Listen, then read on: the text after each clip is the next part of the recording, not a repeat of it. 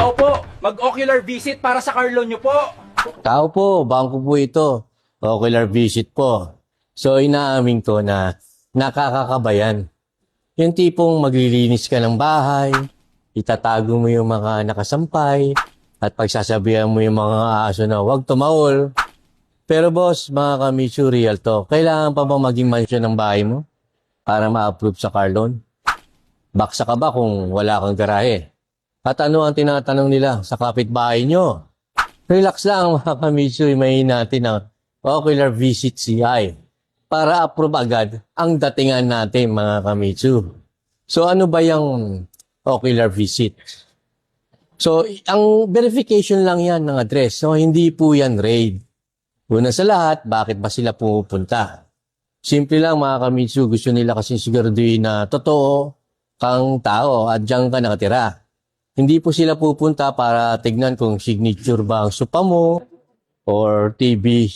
Ang TV mo ay screen pa. So, ang titignan nila dyan kung nasaan ka. Tugma ba ang bahay sa sketch ng binigay mo? Tugma ba ang address sa ipinasa mong proof of billing? So, kung medyo makalit sa bahay, okay lang yan mga kamichu. Basta residential, habitable, pasado ka dyan. So ito ang pinaka-importante mga kamichu, yung parking space. No, kailangan yan, lalo na kung nasa Metro Manila ka.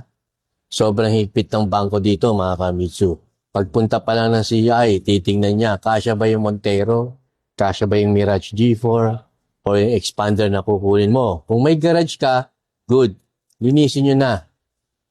Tanggalin ang mga tambak para makita nilang ready for occupancy ang sasakyan. Kung walang garahe naman, nasa street parking lang, medyo delikado mga kamichu, pero pwede natin gawa ng paraan yan. No? Kung nasa kalsada ka, magpapark, siguraduhin mong hindi sa gabal. Kailangan wide road. O kaya mag-rent ka ng parking slot malapit sa residente mo para at least may ipakita ka, may turo. So ito po yung mga marites mga kamichu. Isa rin niya mga kamichu, mga nagchichismisa sa labas. No, mostly hindi ka kilala niyan, palayaw lang. So minsan kakatok ang CI sa pinto nyo.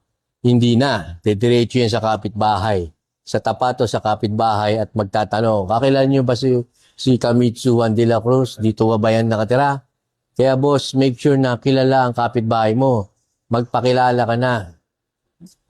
Kung bago ka lang ilipat, makipagkaibigan ka na.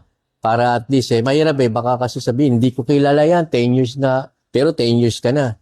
So, kailangan prepared ka dyan, so, mga kamichu. So, kailangan ka bang nasa bahay? Ikaw na nasa office, di ba? So, ang tanong dyan, pagpunta nila, hindi ka naman babaksak. Kailangan lang ipakita or sabihan mo yung mga tao sa inyo na may iwan sa bahay. Asawa, kapatid, kasambahay na nagtatrabaho ka lang, wala ka sa bahay.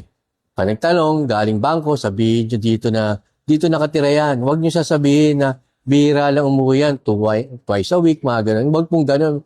Kailangan consistent, mga kamichu, ha? So, yun. So, huwag matakot sa ocular visit, mga kamichu.